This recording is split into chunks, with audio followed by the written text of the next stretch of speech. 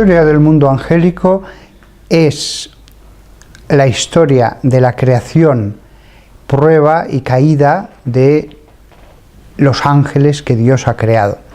Es un libro que, por otra parte, también tiene que describir mucho a Dios, porque al principio los ángeles estaban ante Dios, con lo cual tengo que describir lo que veían los ángeles. Al describir esta historia, también hay que describir después el mundo demoníaco, cómo surgió, cómo se organizó, qué batallas presentó, que no eran batallas materiales, evidentemente. Eso es la historia de ese libro, al que yo le tengo un grandísimo cariño, y quizás sea mi libro favorito de todos los que he escrito en mi vida. El libro es: si yo hubiera estado allí delante, viendo el inmenso espectáculo de la creación de los ángeles, ¿qué hubiera visto? Y la historia va fluyendo, una vez que aparece ese mundo, cómo ese mundo va avanzando, cómo ese mundo va evolucionando, porque, claro, hay una evolución en el mundo angélico. Y así, desde aquellos ángeles buenos, puros, inmaculados, cómo se llega a que haya una parte de ellos que son seres malignos, seres monstruosos. Cuando decido escribir un libro que ponga ante los ojos cómo es el mundo angélico, podía haber hecho un tratado teológico, podía haber hecho un ensayo, pero me di cuenta que un ensayo no iba a reflejar la vida, el mundo angélico como un mundo lleno de vida. Y entonces lo vi claro, tenía que ser un libro de teología, pero una teología narrativa, tenía que ser una novela. Suena muy mal, porque cuando uno dice una novela, la gente piensa, entonces va a hacer una simplificación. No, al revés. La novela me permite profundizar en los asuntos más complejos de la vida de los ángeles de un modo completamente vital, de un modo visual. Y eso es lo que yo creo que, gracias a Dios, que me hizo que me inspiraran los ángeles, lo que yo ahora leo el libro y digo, qué bien, qué bien. Yo, por supuesto que no es que sintiera una voz que me hablaba, pero es el libro en que siento más claramente que hubo una ayuda, una inspiración. No sentí nunca nada extraordinario, no hubo ninguna voz que me hablaba, ni tuve ninguna visión, pero no tengo la menor duda de que las potencias intelectuales mías, había allí al lado ángeles que me ayudaron a hacer un buen libro sobre ellos. Si uno hace una biografía sobre un determinado personaje humano, el personaje está a tu lado y te habla. Tú usas tu intelecto para hacer bien esa obra, que puede ser hasta de arte. Hay biografías que son obras de arte, sin faltar lo más mínimo a la verdad. Pues bien, en este caso yo no tuve a un ser humano biografiado que me contara su vida, pero estoy convencido de que los ángeles sabían que un ser humano estaba escribiendo un libro sobre ellos, y estoy seguro, y se lo agradezco profundamente, de que dijeron, vamos a ayudarle. La gente suele pensar que sobre Dios no sabemos nada. Eso no es así. Sobre Dios, después de miles de años de desarrollo de la teología, sabemos muchísimas cosas, muchísimas cosas. Lo que pasa es que todo eso que sabemos no es nada en comparación a Dios. Todo eso que sabemos es que no es ni la punta del iceberg, es ni un 1%, es muy poco. Pero ese muy poco que sabemos acerca de Dios, acerca de ese inmenso océano infinito de ser que es Dios, ese poco son bibliotecas enteras, ese poco es mucho. es mucho. Desde los antiguos griegos, que ya descubrieron muchas cosas acerca de Dios, pasando por los místicos, que han tenido revelaciones venidas de Dios mismo, pasando por los grandes teólogos que han dedicado toda su inteligencia, toda su vida a conocer más a ese ser infinito a través de la razón, y la naturaleza, y el cosmos, y la palabra de Dios. Con todo eso, ciertamente sabemos mucho. Y conocer más a los ángeles, desde una buena teología católica, nos lleva a conocer más a Dios. Porque los ángeles están alrededor de Dios. Los ángeles, Dios es su Padre. Dios es su Padre. Entonces, realmente el mundo angélico, de algún modo, es como lo que está alrededor de Dios. Y Dios está siempre en el centro de ese mundo. Por lo tanto, una novela permitía mostrar las cosas como si las estuviéramos viendo.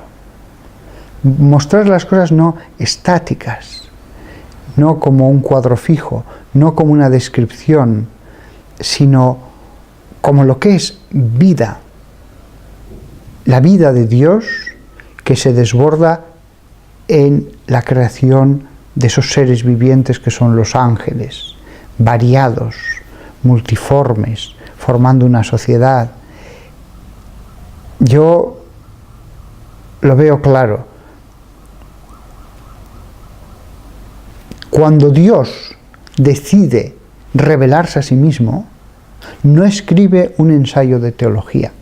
Lo que escribe es la Biblia, a través de los escritores que escoge Él para que sean sus instrumentos. Él mismo, cuando tiene que describirse, va a usar una narración de hechos. Y leyendo esa narración de hechos, al final dices, ahora conozco a Dios. Existe una idea muy extendida entre el clero, que suele tener unas ideas, yo diría casi que fugaces, acerca de la teología de los ángeles, porque es un tema que en los seminarios pues no se trata con gran profundidad. Existe la idea de que todo lo que ocurrió desde la creación de los ángeles hasta su caída o su entrada en la bienaventuranza fue casi instantáneo. Santo Tomás de Aquino y otros muchos autores del final de la escolástica claramente lo afirman. En el mundo de los ángeles existe un tipo de tiempo. No es el mismo tiempo material que en este cosmos, pero existe un tipo de tiempo. Es cierto que por su naturaleza, lo que para ellos puede ser extraordinariamente largo, para nosotros podría ser un breve espacio de tiempo. Y al revés también, algo que para ellos puede parecerles muy corto, a nivel humano puede ser muy largo. Porque son dos tiempos distintos de dos mundos distintos. Lo cierto es que si lo tuviéramos que trasladar a tiempo humano, si eso fuera posible, que no lo es, lo que ocurre desde la creación hasta la bienaventuranza, en mi opinión, fue mucho tiempo, fue un largo espacio de levo. ¿Por qué? Porque los ángeles, cuando surgen de las manos de Dios, es un modo de hablar, Dios no tiene manos, aparecieron completamente limpios, no había en ellos ningún tipo de pecado, pero no había ningún tipo de virtud, no habían hecho nada realmente meritorio. Parece lógico que si creas a un ser angélico, no simplemente te limites a ver si se salva o se condena, sino que además le des un tiempo para que madure, para que profundice en las virtudes, para que se santifique. Y eso requiere tiempo en cualquier ser. Hasta la Virgen María necesitó tiempo para santificarse. Entonces, los ángeles también, en el Evo. El Evo es la sucesión de pensamientos y de actos de la voluntad. ¿Cómo imaginarse el Evo? Que es el tiempo de los ángeles. Eso está descrito en muchos autores medievales que cuando lo descubrieron se dieron cuenta, este es el tiempo de ese mundo. Y imagínense los que me escuchan, que están en un lugar completamente oscuro, en el que no se oye absolutamente nada, en el que están flotando, no sienten nada del cuerpo. Es la oscuridad y por más que abran los ojos no ven nada, solo tienen su pensamiento. No saben si es de día o es de noche. Imagínense que no tienen necesidad de comer, ni de beber, ni de dormir. Imagínense que son puro pensamiento. Ese es el Evo. Ese es el Evo. No es del todo perfecto esto, porque incluso una mente que estuviera en coma y que solo pensara, sigue estando unida a un cuerpo y el cuerpo sí que tiene un tiempo. Pero ese tiempo, en el momento en que queda reducido solo al pensamiento, aunque estemos unidos a un cuerpo, es como se entiende cuál es el tiempo de los ángeles. Muchas horas en esa situación se te pueden pasar muy rápidas, poco tiempo se te puede pasar como algo muy lento. Así entendemos cuál es el tiempo de los ángeles. Dios, sin embargo, no. Dios no tiene tiempo, Dios vive en un eterno presente. Dios no tiene un antes y un después. En Dios nunca ha pasado el tiempo. Muchos autores, y esto es algo que a otros no les gusta nada, llegan a hablar del hombre como de un ángel encarnado, como de un espíritu angélico con cuerpo.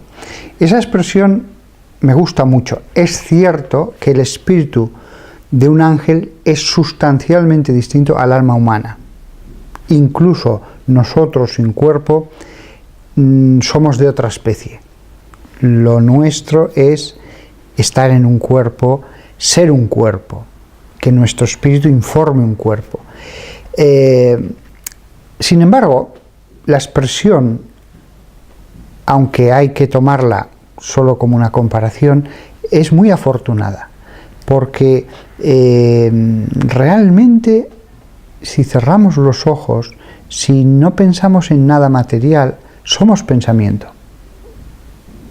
Y de hecho, si estuviéramos en coma y siguiéramos pensando perfectamente, en ese momento lo único que percibiríamos de nosotros es el pensamiento en medio de la oscuridad y el vacío. Pero la oscuridad tampoco sería del todo adecuado porque lo iluminaríamos con nuestro pensamiento. Nosotros necesitamos tiempo para santificarnos. El sentido de la vida es ese, el que nuestro espíritu vaya transformándose. Los ángeles lo mismo. Los ángeles no simplemente fueron creados, se salvaron e inmediatamente a la gloria. No tengo la menor duda de que la transformación de un espíritu angélico a través de la virtud, a través de las obras buenas, fue con tiempo. Y entonces eso permite la transformación de un espíritu de un modo muy variado, como cada uno quiere. Lo mismo que los seres humanos. Lo maravilloso es que todos cuando nacemos somos un alma blanca, limpia. Sí, hay una inclinación al pecado, pero ya está, y no estamos en gracia, pero el alma en sí no tiene ningún pecado personal, y un cuerpecito, Y sin embargo, 80 años después, somos el resultado de todas nuestras decisiones. Somos el resultado de nuestros esfuerzos, el resultado de nuestras luchas, el resultado de haber dicho no, esto no es correcto, voy a hacer esto. El haber dicho tengo que seguir este camino por arduo que sea porque este es el del bien. Todo eso nos va modelando sin que nos demos cuenta. Hay gente que querría que en la vida todo le saliera bien, todo fuera agradable, pero no se dan cuenta de que el espíritu se modela con esa contraposición entre las cosas buenas que gozamos y los males que sufrimos, y no hay otro remedio, tiene que ser así.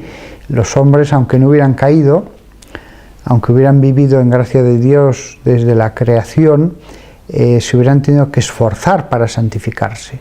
En la oración, en el ascetismo, en el esfuerzo, hubieran trabajado, por supuesto, es decir, hubiéramos tenido otra sociedad, no esta con tanto pecado, pero hubiéramos tenido una sociedad de hombres que trabajaban, se esforzaban, rezaban, etc., solo que sin pecado. El tiempo es necesario, y una vez que acabe el tiempo sobre la tierra, ya no nos podremos santificar, quedaremos petrificados. Entonces querremos más tiempo, pero no tendremos más tiempo. Lo primero de todo que hay que entender cuando pensamos en la rebelión de aquellos ángeles, no digo demonios, porque al principio los que se rebelan son ángeles. Después se transforman poco a poco en demonios. Pero lo primero que hay que tener en cuenta, y aquí ya entramos en lo opinable, pero me parece razonable, y hay textos bíblicos que podrían apoyar lo que estoy diciendo, es lo grandioso que debió ser Lucifer. Hay textos como cuando describe el Leviatán en el libro de Job, o como cuando escribe el Behemoth en el mismo libro, que claramente dan la sensación de que este ser fue algo muy grande, una obra maestra de Dios. Hay santos padres que también dicen lo mismo: Lucifer fue la obra maestra de Dios. La culminación, la cúspide del mundo angélico. De hecho, si uno lee la Biblia, se habla de demonios, se habla de tronos y potestades que se rebelaron, se habla de distintos demonios, pero siempre que se habla del diablo o de Satán, que es el mismo, se habla en términos muy especiales, como si él fuera algo bastante único, dejando siempre claro que no es Dios. Pero claramente, para que tantos espíritus angélicos dudaran y algunos se rebelaran, debía ser algo muy grandioso, porque los ángeles no eran tontos. Los ángeles no eran unos chiquillos a los que se engaña de cualquier manera, y menos cuando ellos conocían a Dios, aunque todavía no vieran su rostro, porque todavía no habían entrado en la bienaventuranza, estaban en el tiempo de prueba. Entonces, Lucifer debió ser algo muy grande, muy grande. Insisto, santos padres a lo largo de la historia dirán que fue la gran obra maestra de Dios, el más grande de todos los espíritus creados. Lo que sabemos es eso, que hubo esa rebelión por parte de él y que él logró seducir a muchos otros para que le siguieran. Seguir a una criatura en vez de seguir a Dios. Y sin existencia de debilidad como la gula, la lujuria y todas esas cosas que hacen que nosotros podamos tener un pronto y después nos arrepentimos. No, ellos eran otra especie, eran otro tipo de seres. Ellos eran seres intelectuales. Entonces, eso es seguro. Lucifer debió ser algo muy grande para poder ejercer una capacidad de seducción tan poderosa. ¿Qué es lo que hizo que él y otros se rebelaran? Eso no nos lo dice la Biblia. Ahora bien, algunos escritores y alguna mística como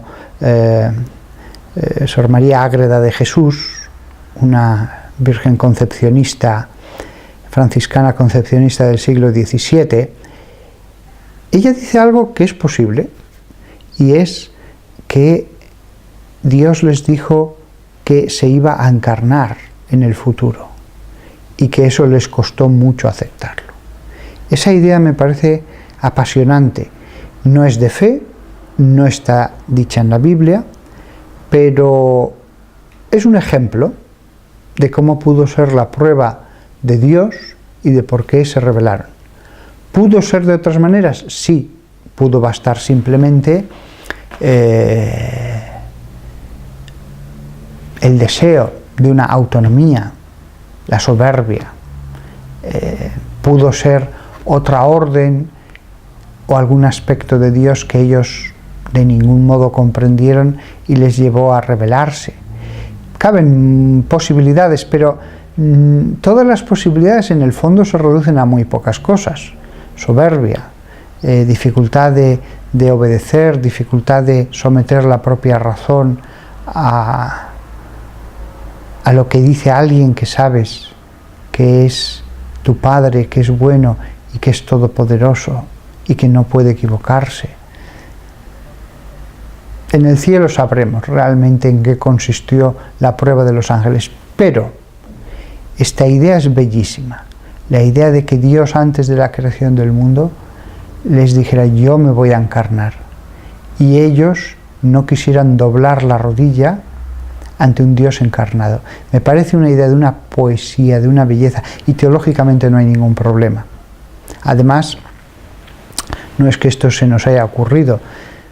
Hay esta monja que verdaderamente llevó una vida santa, que ella afirmó que Dios le había dicho eso, que la rebelión parte de la revelación de Dios de que algún día se va a encarnar y de que ellos tienen que adorar a Dios bajo esos ropajes humanos. Cuando yo digo que Historia del Mundo Angélico es una novela, la gente piensa que es un libro pensado para la gente sencilla y que después los grandes teólogos ya tienen sus libros serios de teología. El camino que ha seguido este libro es justo lo contrario. Después, ya estoy más allá de la mitad de mi vida, después de más de una mitad de la vida dedicado a los libros de teología sobre los ángeles y el demonio, a leerlos y escribir algunos, es cuando he dicho: no, ahora es el momento de escribir una novela que contenga toda la teología y que precisamente me dé más libertad para mostrar lo que es la sociedad de los ángeles.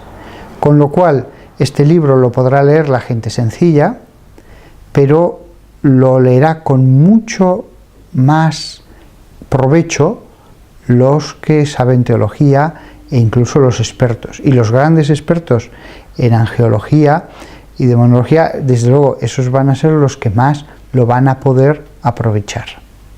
Este libro, cada uno que lo lea lo entenderá según su intelecto. El que más sepa sacará más, el que menos menos.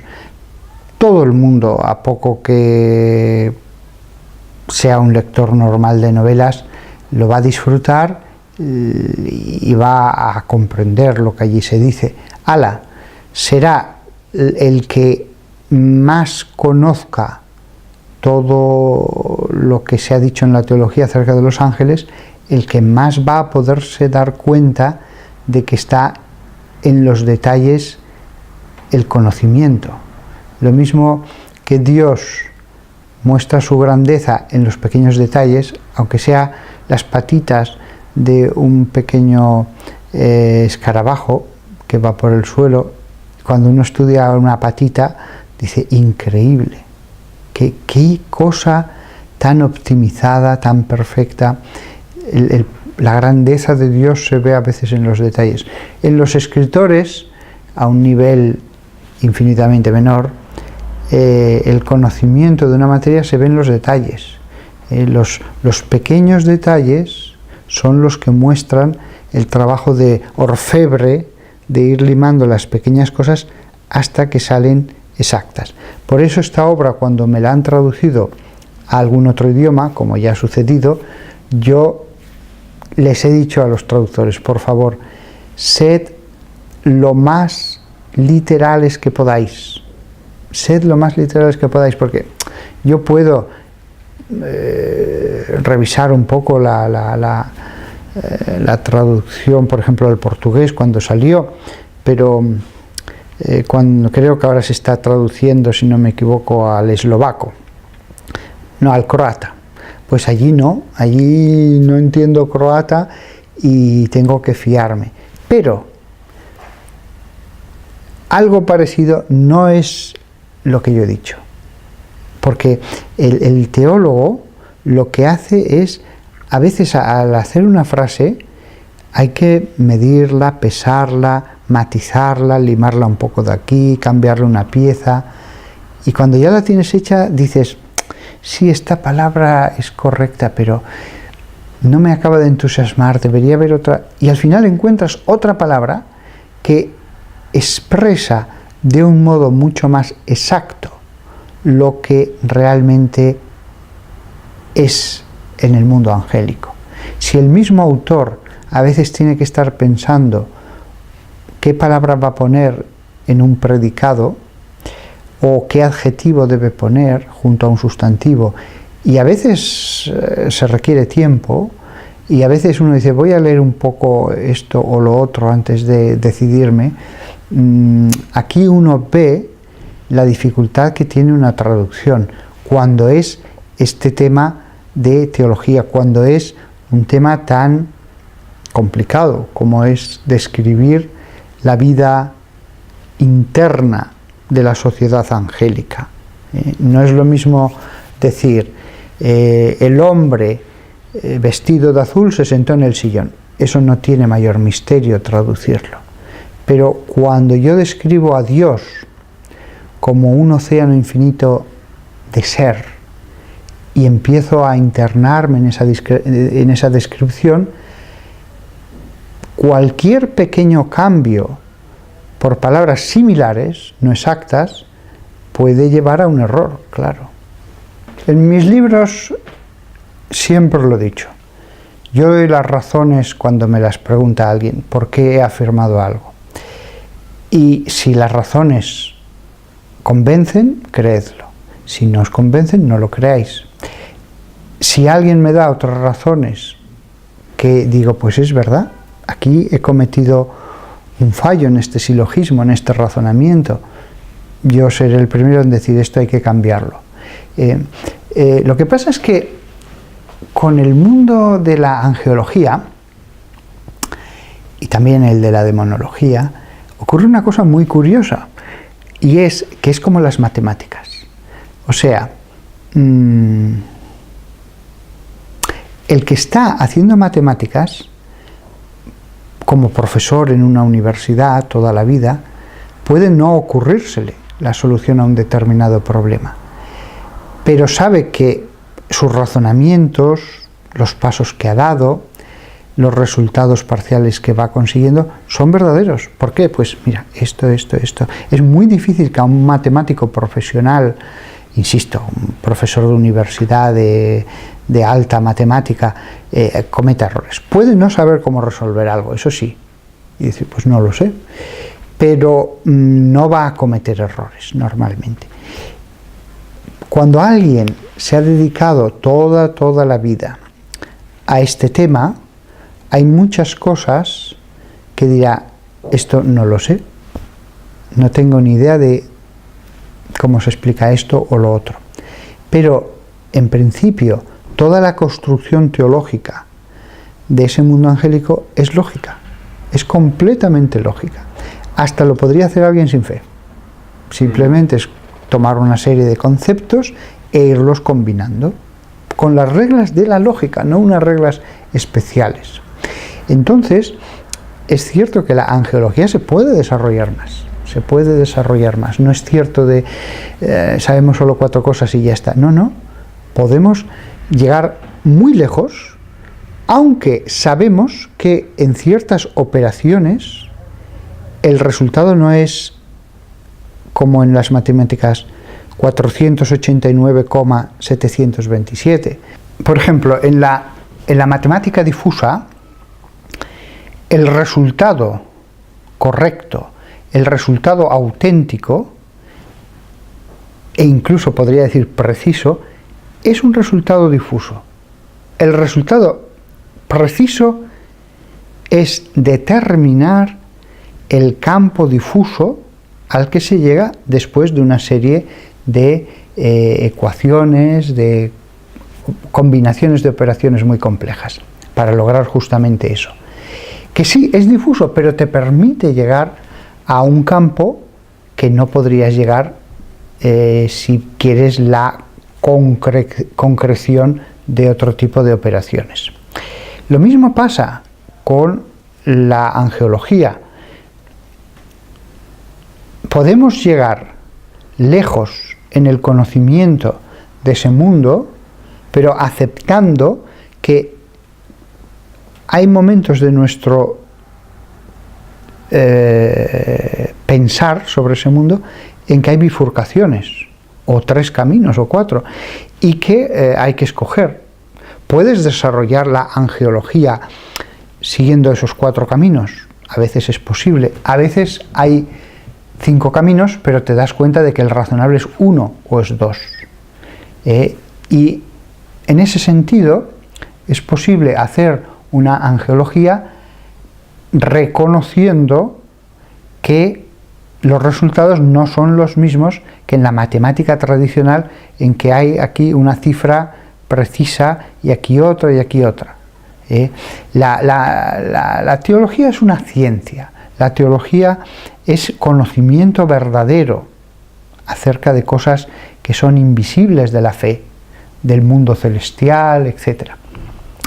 Pero no significa eso que no vale gran cosa, que todo son opiniones, que todo es muy relativo, que es poesía, porque no es verdad, no es verdad.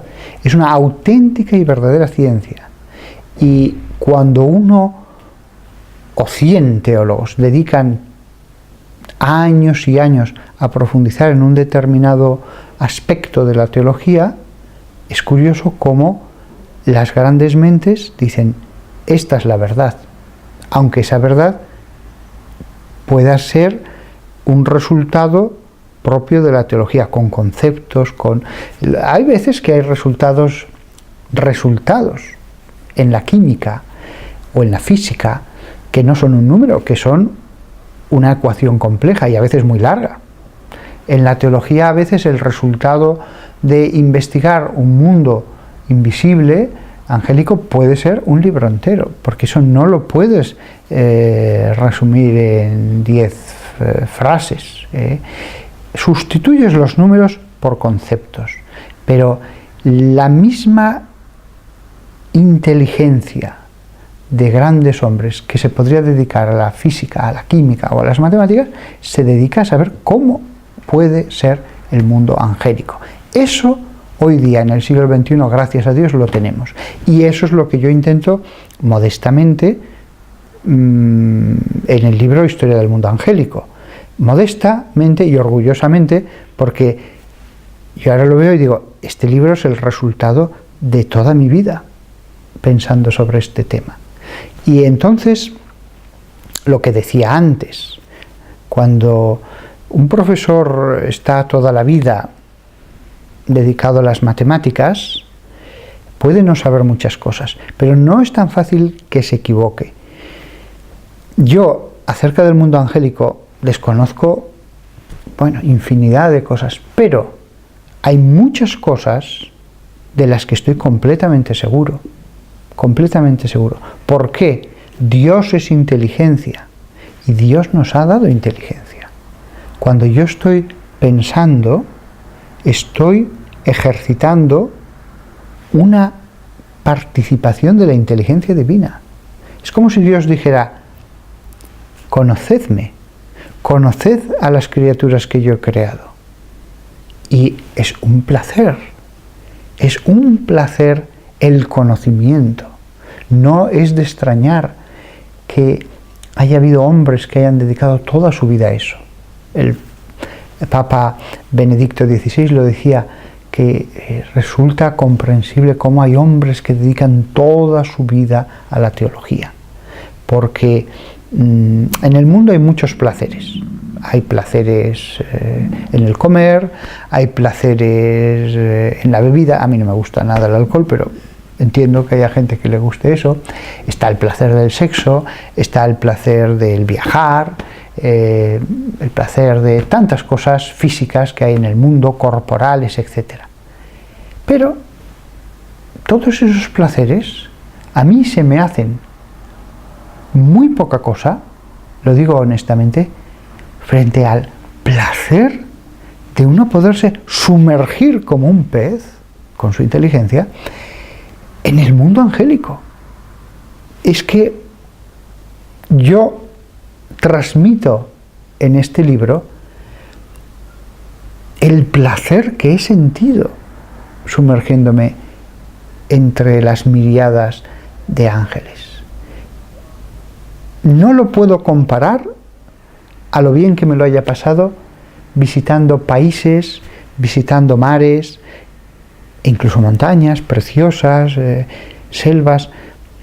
Nada es comparable a la nobleza, belleza, profundidad, grandeza incluso del mundo angélico. Nada de lo que he visto en este mundo. He disfrutado más. Lo que pasa es que para introducirme en ese mundo solo podía hacerlo a través de la inteligencia. No podía ir con mi cuerpo. Esa es la maravilla de la teología. Y además, claro, conocer al mundo angélico es conocer a Dios, es sumergirse en Dios. Lo que pasa, y esto que voy a decir puede sorprender un poco a los lectores, podemos conocer mejor a Dios que a los ángeles, porque es un ente más simple. Sin embargo, siempre será más fácil describir a los entes complejos, y cuanto más complejos, más fácil de describirlos. Entonces, es como el autor del Apocalipsis. San Juan describe muy bien todas las plagas, todos los castigos sobre la tierra. Describe algo, menos tiempo, a los seres angélicos alrededor del trono, a los tronos con los 24 ancianos del Apocalipsis, etc. Pero mucho menos a Dios, apenas nada a Dios. ¿Por qué? Cuanto más vamos subiendo, es como si las nubes del misterio nos impusieran ciertos límites. Entonces, ya me gustaría a mí haber escrito un libro como Historia del Mundo Angélico solo sobre Dios. Eso sería para mí maravilloso, pero no puedo. No puedo porque es como los pájaros. Los pájaros pueden subir más alto, pero llega un momento en que sus alas, cuando llegan a capas donde el aire es tan sutil, ellos ya son demasiado pesados. La narración se convierte en algo demasiado pesado, demasiado material, demasiado grosero para describir a algo como Dios. Dios, en cierto modo, es más para ser vivido, pero ojo, también podemos describir cosas sobre Dios, y sobre todo, es curioso, un libro sobre Dios realmente sería pesado. hecho al modo de historia del mundo angélico. Pero es curioso, si ponemos a Dios con los ángeles, los dos elementos crean unas descripciones, una narración, una historia mucho más interesante, mucho más atractiva. Es curioso, los ángeles nos ayudan a conocer más a Dios. Los ángeles nos ayudan como guías a sumergirnos más en ese mar del ser infinito que es el Altísimo. A mí lo que me alegra es pensar que después de leer este libro, la gente conozca más a los ángeles. Al conocerlos más, los ame más. Al amarlos más, les hable más, les pida ayuda. Y se cree una verdadera amistad, una convivencia con el ángel de la guarda que dure toda la vida. Eso yo, cuando entre al cielo, Dios mediante, con su ayuda, con la ayuda divina, espero que algunos ángeles me dirán: ay, Padre, gracias a su libro, la persona a la que yo acompañaba, inspiraba, ayudaba, me quiso mucho más, me habló más a menudo, fuimos más amigos. Eso me alegra. Es curioso, además, conociendo el mundo de los ángeles, uno puede alejarse más del pecado o descubrir el sentido de la vida, porque decir, es verdad, yo en el fondo también soy parecido a un ángel, entonces lo que he leído sobre ellos en parte vale para mí. He recibido algún email de lectores, me acuerdo de uno que me dijo: Padre, su libro me ha cambiado la vida. Aquello me llenó de una profunda alegría, el que ese lector me explicara cómo le había dado sentido a su existencia, porque los libros, las películas, tantas cosas pueden desecarnos, pueden hacernos perder la alegría, pueden desorientarnos respecto al sentido de la vida, y otros libros, conversaciones, películas, nos pueden reconducir en el camino correcto, porque hay una cosa que está clara: puede haber muchas opiniones, pero al final solo hay un camino que es el verdadero, solo hay un camino correcto. Eso, no hay 10.000 verdades y 10.000 caminos correctos. La verdad es una. Yo en eso estoy de acuerdo hasta con el ateo. O tú o yo tenemos razón. Aquí no hay vuelta de hoja. O tú o yo. Los dos a la vez no. O Dios existe y la verdad sobre el mundo, sobre la existencia, es la que nos ha dicho Dios en las Escrituras, o tú tienes razón y mira, haz lo que te dé la gana porque ya todo da lo mismo y la vida es una selva y que gane el mejor y la ley del más fuerte, y goza todo lo que puedas porque no vas a recibir ni premio ni castigo, vas a ser como un perro que te mueres. Claro, es tremendo la contraposición entre esa concepción que dice: no, vas a ser como un perro que te mueres, nada tiene sentido, no te esfuerces mucho porque no vale la pena, a la concepción cristiana, a la concepción de la Iglesia, que es una armonía, que es todo tiene sentido. Qué forma tan distinta de vivir la vida, de un modo o de otro. Yo, de verdad, compadezco a las personas que han sido seducidas por una concepción que en el fondo es demoníaca, aunque ellos no se den cuenta. Es la mentira del demonio, que viviendo en este universo maravilloso, en medio de la nada, el universo está rodeado de nada. ¿Y de dónde ha salido el universo? Que viviendo en esta parábola de Dios que es el universo, han logrado meter en las mentes una forma de leer el universo, la naturaleza, la belleza del mundo, que es realmente demoníaca, es un engaño demoníaco, aunque no crean en los demonios.